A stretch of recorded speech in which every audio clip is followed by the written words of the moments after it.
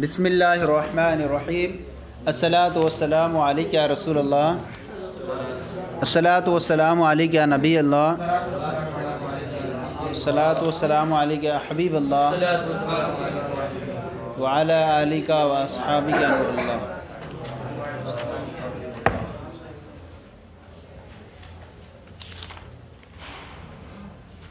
مضاف کا بیان چل رہا تھا اور مضاف کے اندر پہلی جو ہے صورت بیان کی تھی انہوں نے کہ دو حرف جمع ہوں چاہے وہ متجانسین ہوں یا متقاربین ہوں، تو اس میں تین صورتیں انہوں نے بیان کی تھی۔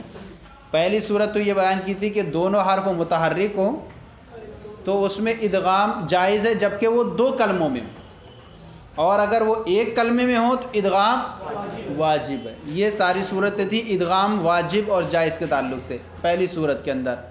پھر اس میں یہ چیز آ گئی کہ مگر کچھ مستثنیات آ گئے تھے، ان میں بیان کیا کہ کچھ ایسی چیزیں ہیں جو مستثنی ہیں جن کے اندر ادغام نہیں کیا جائے گا اگرچہ حروف ہم جنس ہوں گے یا قریب المخرج ہوں گے، پھر بھی شرطیں پائے جانے کے باوجود بھی ادغام نہیں کریں گے، کیونکہ ادغام کرنے کی صورت میں یا تو الحاق باطل ہو جائے گا یا وہ اوزان جن میں التباس لازم آتا ہے وہ التباس ہو جائے گا دوسرے کے ساتھ، اس لیے ادغام بھی نہیں کریں گے۔ پہلی صورت قرددن اور جلببن ہے، ان کے اندر پہلی میں دال بڑھا کر کے ملحق بنایا گیا ہے، دوسری میں با بڑھا کر کے ملحق بنایا گیا ہے۔ اب ملحق کسی فائدے کے لیے ہوتا ہے، اب یہاں پر ادغام کر دیں گے قردن بن جائے گا اور جلبن بن جائے گا تو وہ ادغام کرنے سے جو الحاق تھا وہ باطل ہو جائے گا۔ اسی طرح وہ اوزان جن میں التباس لازم آتا ہے جیسے سککن ہے، اس کا معنی ہوتا ہے گھوڑے کے پیر میں عیب، اب اس کو ادغام کر کے سکن بنا دیں گے، سکن کا معنی ہوتا ہے دستاویز وغیرہ، تو اب پتہ نہیں چلے گا کس کا معنی عیب تھا کس کا معنی تھا دستاویز، اس لیے اس میں ادغام کر کے حتی لا یلتبس بسکن و سرن و جدن و طلن، تاکہ اس سے التباس نہ ہو جائے ان مثالوں کے ذریعے سے۔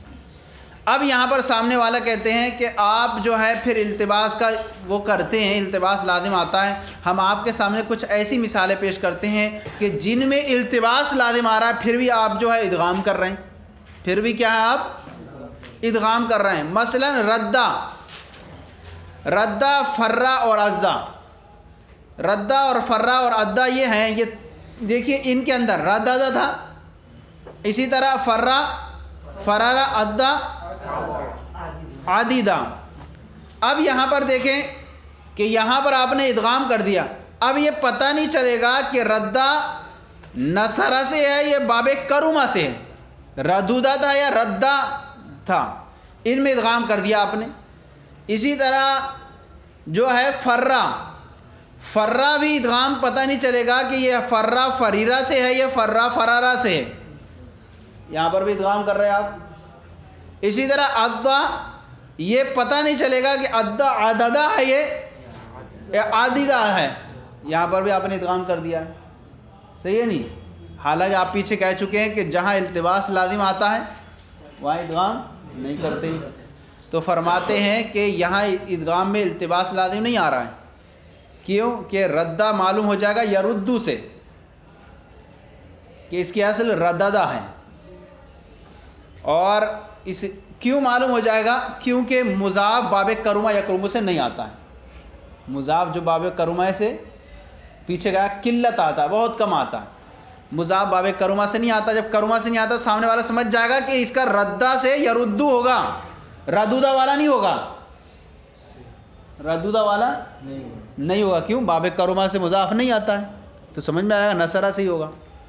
اسی طرح فرا یفرو، یہ یفرو سے معلوم ہو جائے گا کہ یہ کون سے ہے، باب ضرب یضرب سے ہے، کیوں کہ مضاف باب حسیبہ یحسبو یا سمع یسمع سے نہیں آتا ہے، یہ اس سے نہیں آتا، حسیبہ سے نہیں آتا ہے، فعیلہ یفعلو سے نہیں آتا ہے، یعنی حسیبہ یحسبو، فریرہ یفررو سمع یسمع حسیبہ یحسبو سے نہیں آتا ہے، تو پتہ چل جائے گا کہ اس کی اصل جو ہے فرا یفرو ہے، فریرہ یفررو نہیں ہے، صحیح ہے نہیں؟ اسی طرح عدہ ہے یعدو، عدیدہ یعددو، اب عدہ یعدو یہ پتہ چل جائے گا یعدو سے، عدہ یعدو عین پہ ضمہ ہے، عدہ یعدو، ادا ادا یعدو ہے، ادا یعدو، ہاں ادا یعدو، ادا یعدو ہے، یہ پتہ چل جائے گا، یعدو سے پتہ چل جائے گا، کیوں؟ کیونکہ مصاب باب فتح یفتح سے نہیں آتا ہے، مضاف باب فتح سے نہیں آتا ہے، اب نہیں آتا ہے تو کون ہوگا؟ عدیدہ یا عدد، سمیع یسمع ہی ہوگا۔ تو کیا پتہ چلا؟ عدیدہ، یہ پتہ چل جائے گا یعدو سے، کیونکہ مضاف باب فتح سے نہیں آتا، جب نہیں آتا تو ہم اس کو عددہ نہیں پڑھیں گے، عدیدہ ہی پڑھیں گے۔ اسی طرح فرا، فریرا یفریرو نہیں پڑھیں گے، کیونکہ فرا ضربہ سے ہی آئے گا، یفرو پتہ چل جائے گا۔ اسی طرح ردہ یردو، یردو سے پتہ چل جائے گا، کیونکہ مضاف باب کرما سے نہیں آتا، لہذا ان میں ادغام کرنے سے التباس لازم، التباس اس وقت آتا ہے جب ان سے بھی آتے ہوتے، اب پتہ نہیں چلتا کس سے آیا کس سے نہیں آیا۔ فرماتے ہیں ولا یلتبس فی مثلی ردہ و فرا و عدہ، اور التباس لازم نہیں آئے گا ردہ اور فرا اور عدہ میں، لأنہ ردہ یعلم، اس لیے کہ ردہ یہ معلوم ہو جائے گا، من یردو، کیسے معلوم ہو جائے گا؟ یردو سے، انہ اصلہ رددہ، کہ اس کی اصل کیا ہے؟ رددہ، فتح کے ساتھ ہے، رددہ ضمے کے ساتھ، لأن المضاف لا یجیء من باب فعل یفعل، اس لیے کہ مضاف باب فعل یفعل سے نہیں آتا، کس سے؟ کون ہوا؟ کرم یکرم، وفرا ایضاً، اور فرا بھی معلوم ہو جائے گا، فرا بھی معلوم ہو جائے گا، من یفر، فرا یفر کیا ہے؟ فرا بھی یفر سے معلوم ہو جائے گا، لأن المضاف لا یجیء من فعل یفعل، اس لیے کہ مضاف جو ہے حسبہ یحسبو سے نہیں آتا ہے، حسبہ یحسبو سے نہیں آتا، تو پتہ چل جائے گا کہ اس کی اصل کیا ہے؟ فریرا نہیں ہے، فرارا یفرر، سمجھ آ گیا؟ وَعَدَّى يَعَدُّ، اور وَعَدَّى يُعْلَمُ، وَعَدَّى أَيْضًا، اور عدّى یعلم، عدّى أيضًا يعلم من يعد، اور عدّى يعد سے معلوم ہو جائے گا، لأن المضاف لا يجيء من فعل يفعل، من فعل، کیونکہ مضاف فعل یفعل سے نہیں آتا ہے۔ اب بین سطور میں دیکھتے جائیں، وہاں لکھا ہوا ہے فا ہا سین کاف، پہلے سے مراد کاف سے کرما، دوسرے سے حسیبہ، تیسرے سے فتح، اس لیے کہ مضاف فتح یفتح سے نہیں آتا ہے، تو اب اس کی ہم عددہ نہیں پڑھیں گے، اس کی اصل کیا پڑھیں گے؟ عدیدہ پڑھیں گے، عدیدہ پڑھیں گے، تب پتہ چل جائے گا کہ باب سمیہ سے آیا، یہ سمجھ آ گیا نہیں؟ ولا یدغم فی حی فی بعض اللغات، حی میں دو حرف ایک جنس کے پائے جا رہے ہیں، حی میں، لیکن پھر بھی یہاں ادغام نہیں کیا جاتا، بعض لغات کی انہوں نے قید لگائی ہے، ورنہ بعض لغاتوں میں حیہ پڑھتے ہیں، صحیح ہے نہیں؟ حیون زندہ، محلہ سب آنا آتا ہے، کہتے ہیں بعض لغات میں حیہ وغیرہ میں ادغام نہیں کیا جاتا، حالانکہ دو حرف ایک کیا ہے اس میں؟ ایک جنس کے جمع ہونے کے باوجود ادغام نہیں کیا، کیوں؟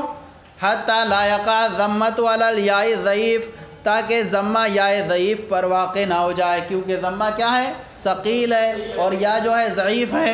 اب کہنا حیہ میں کہاں پر ہے؟ ضمہ کہاں حیہ میں؟ ارے بھائی جب ماضی بنتا ہے تو جو ماضی میں ادغام ہوتا ہے تو اس کے مضارع میں بھی ہوگا، کیا ہوگا؟ اب حیہ یا حیو، اب آیا نا ادغام، اب آیا ضمہ، تو ماضی میں تو نہیں ہے، لیکن جب اس کا مضارع بنے گا، مضارع پہ ضمہ آئے گا، تو اس لیے نہیں کریں گے ادغام، کیونکہ تاکہ ضمہ ثقیلہ یا ضعیفہ پر واقع ہو جائے۔ فی یحیو، کہاں پر؟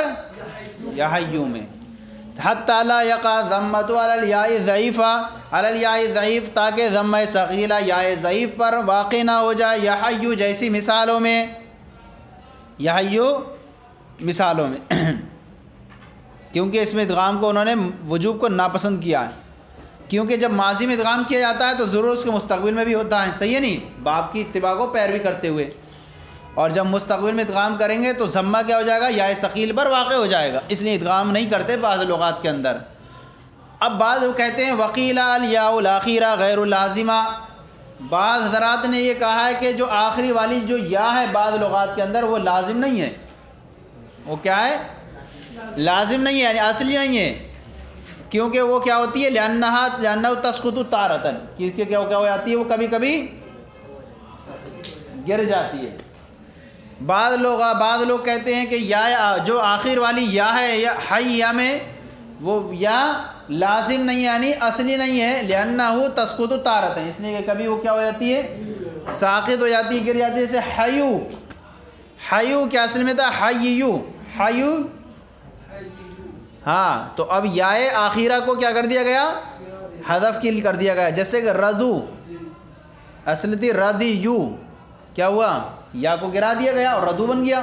ایسے یہاں پر بھی آخر والی یا حیو جو تھی وہ یا گر گئی ہے، اس اعتبار سے یا یہاں پر کیا ہے، لازم نہیں ہے۔ اور بعض لوگوں نے کہا ہے وَتُقْلَبُ أُخْرَى، اور کبھی کبھی دوسری مرتبہ یعنی کبھی اس کو بدل دیا جاتا ہے بالالف، کبھی گرا دیا جاتا ہے اور کبھی سے الف سے بدل دیا جاتا ہے۔ جیسے یحیا اصل میں یحییو تھا، یحیا، ہاں، یائے آخر پر ضمہ ثقیل واقع ہوا اور پھر کیا ہوا، یا متحرک ماقبل مفتوح یا کو الف سے بدل دیا، اجتماع اب کیا ہو گیا، الف سے بدل دیا، یحیا ہو گیا۔ اچھا، اب یہاں پر یہ کہنا تھا کہ جب تثنیہ ہوتا ہے تو یا کو یا کی صورت میں لکھتے ہیں نا، یعنی اصلی سے لکھنا چاہیے تھا کا کے ساتھ، الف کے ساتھ لکھا گیا ہے، حالانکہ مکسورہ جو یا کے ساتھ لکھا جاتا ہے۔ ارے بھائی ایسے لکھا جاتا ہے نا، لیکن الف کے ساتھ لکھا ہے، اسے یا کے ساتھ لکھا گیا ہے، الف کے ساتھ لکھا گیا، حالانکہ یا کے ساتھ لکھا جاتا ہے۔ جیسے حبلا بشرا الف کے ساتھ لکھا جاتا ہے، یا کے ساتھ لکھا گیا، کیونکہ اس میں جو الف کے جو ماقبل یا ہے، اس کے الف کے ماقبل بھی کیا ہے، یا ہے، تو اب اگر اس کو بھی یا سے بدل دیتے تو توالی یات ہو جاتی، دو یا جمع ہو جاتی۔ ارے یحیا، اور پھر اس کو بھی یا سے لکھتے تو اب کیسے بنتا، دو یا ہو جاتی، اس لیے اس کو کیا کر دیا ہم نے، الف کے ساتھ لکھ دیجئے۔ جیسے کہ دنیا اور علیا میں کرتے ہیں، دنیا علیا میں، اب دنیا علیا میں کریں گے کیا کریں گے، الف سے لکھیں وہاں پر، اگر وہاں یا سے لکھیں گے تو دو یا جمع ہو جائیں گی۔ علیا یہاں پر بھی یا ہے، پھر الف سے نہ لکھی یا سے لکھ دیں، علیا، دنیا یا ہو جائے گا۔ جیسے کہ یحیا میں کیا لکھتے ہیں، الف سے لکھتے ہیں، سمجھے نہیں؟ مگر جب علم ہو تو وہاں الف کے ساتھ لکھتے ہیں۔ جیسے یحیا، یہ صفت ہے، یحیا میں الف کے ساتھ لکھتے ہیں، صفت کے میں یا کے صفت الف جو ہے علم ہو تو وہاں یا کے ساتھ لکھتے ہیں، الف مکسورہ کے ساتھ، کہیں گے کہ یحیا فرق کرنے کے لیے علم اور صفت کے درمیان، یہاں یا کے ساتھ لکھے، الف کے ساتھ لکھا گیا، اور جب علم ہو تو وہاں پر یا کے ساتھ لکھتے ہیں۔ یحیا الف کے ساتھ آیا نہیں آیا، یا کے ساتھ آیا، وہاں یحیا میں یا کے ساتھ آیا، اور جب صفت ہوگا تو وہاں الف کے ساتھ لکھیں گے، چاہے وہ ایک کلمہ میں ہو، کیونکہ صفت جو ہوتی ہے وہ ثقیل ہوا کرتی ہے۔ یعنی آپ کہیں گے کہ یحیا یہ جو صفت ہے، اس صفت کے اندر ہم لکھیں گے کائے کے ساتھ، الف کے ساتھ، اور جب علم ہوگا تو وہاں یا کے ساتھ لکھیں گے۔ جیسے یحیا کھڑا لکھتے ہیں نہیں، یا کے اوپر لگا دیتے ہیں یا تو فرق کر دیا گیا۔ جب وہ ہوگا علم ہوگا تو وہاں یا کے ساتھ لکھیں گے، اور جب صفت ہوگا تو وہاں کیا لکھیں گے، الف کے ساتھ لکھیں گے۔ تو یہاں صفت ہے، الف کے ساتھ لکھا گیا یحیا، اور نام ہو جاتا ہے تو وہاں پر یا کے ساتھ لکھتے ہیں۔ تو کبھی اس کو یا کو الف سے بدل دیا جاتا ہے، جیسے یحیا۔ یہ ہوا ادغام کے بارے میں پورا آپ کے ایک طریقہ ہوا تھا، کیا ہوا تھا، ادغام کے بارے میں بیان کیا گیا کہ جب دو حرف ایک جنس کے جمع ہو جائیں تو کیا کریں گے، اگر دو کلمے میں ہو تو ادغام جائز ہے، اور ایک کلمے میں ہو تو ادغام والثانی، دوسری ادغام کی جو وہ ہے دوسری ادغام، والثانی یعنی ان یکون الاول ساکنا والثانی متحرکا، پہلے یہ تھی کہ دونوں حرف متحرک ہوں. اب دوسری وجہ بیان کر رہے ہیں کہ اگر ادغام کرنا چاہتے ہیں تو پہلا کیا ہو؟ ساکن ہو، اور دوسرا حرف کیا ہو؟ یجب فیہ الادغام ضرورتاً. تو اس میں بھی کیا ہے؟ ضرورتاً کیا ہے؟ ادغام واجب ہوتا ہے. اس میں بھی ضرورتاً ادغام واجب ہوتا ہے، چاہے وہ ایک کلمے میں ہو. جیسے مد دن، مد دن مصدر لیں، مد دن پہلا حرف ساکن ہے اور دوسرا متحرک ہے. تو اب یہاں پر کیا کریں گے؟ اس میں ادغام کر دیں گے. کیوں ضرورتاً؟ کیونکہ ثقیل ہو جاتا پڑھنا. مد دن ہے نہیں، مد دن. اب چاہے وہ ایک کلمے میں ہو یا دو کلمے میں ہو. جیسے اضرب بکرن، اضرب بکرن، اضرب ہے با ساکن ہے اور دوسرا متحرک ہے. تو اب کیا پڑھیں گے؟ اضرب، اضرب بکرن. تو یہاں دو حرف ہو گئے، دو الگ الگ کلمے ہو گئے، لیکن پہلا ساکن ہے اور دوسرا متحرک ہے. تو وہاں ادغام کر دیں گے ضرورتاً. جیسے ان یکون الاول ساکنا یجب فی الادغام، پہلا والا جو ہو وہ ساکن ہو اور دوسرا والا متحرک ہو تو اس میں ضرورتاً ادغام جائز ہے، واجب ہے. جیسے مد دن وہ علی وزن فعال، مد دن فعال کے وزن پر ہے. تیسری صورت کیا تھی؟ ان یکون الثانی ساکنا فالادغام فی ممتنع. پہلا تو ساکن ہے ہی، پہلا حرف ساکن ہو دوسرا بھی ساکن ہو. کیا ہو؟ پہلا بھی ساکن ہو دوسرا بھی ساکن. ادغام کے لیے شرط یہ تھی کہ پہلا والا ساکن ہو دوسرا متحرک ہو. اب دوسرا والا بھی ساکن ہو گیا. کہہ رہے ہیں کہ ان یکون الثانی، ان یکون الثانی، ان یکون الثانی ساکنا، کہ دوسرا والا حرف کیا ہو؟ ساکن ہو. ساکن ہو. فالادغام فی ممتنع. تو ادغام کیا ہے اس میں؟ ممتنع ہے.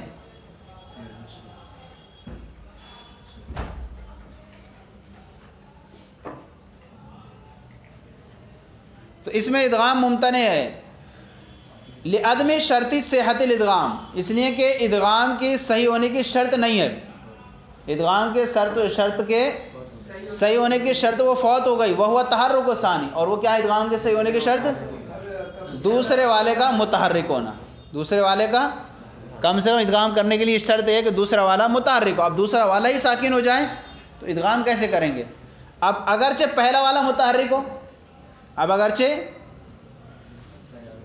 پہلا والا متحرک ہو، پہلا والا متحرک ہو تو ادغام ادغام اب کہیں یہاں پر یوں کریں کہ متحرک کا ادغام کرنا محال ہے. اس لیے کہ اگر ادغام کیا جائے یا تو ادغام کیا جائے گا ساکن کرنے کے بعد پہلے والے کو، جیسے کہ شرط ہے، یا ادغام کیا جائے گا بغیر ساکن کے ہوئے، اس طور پر کہ متحرک کا ساکن میں ادغام کیا جائے.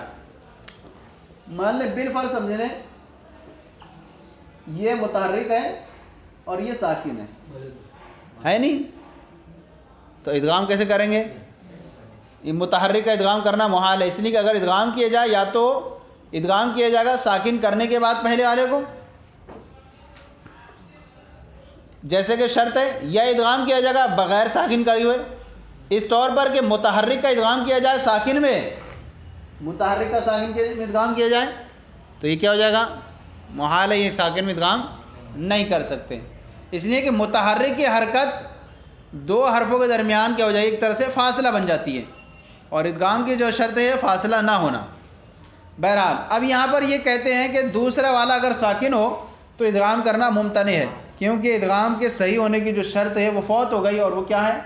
دوسرے والے کا متحرک ہونا. اب کہتے ہیں کہ چلے اول کو بھی ساکن کر دیں. پہلا والا متحرک ہے، دوسرے والے کو ساکن کر کے ادغام نہیں کر سکتے، تو اب کہتے ہیں لا بد من تسکین الاول. تو اب کہتے ہیں چلے دوسرے والے کو ساکن کرنا پہلے والے کو ساکن کرنا ضروری ہے. اب ہم پہلے والے کو ساکن کر دیں.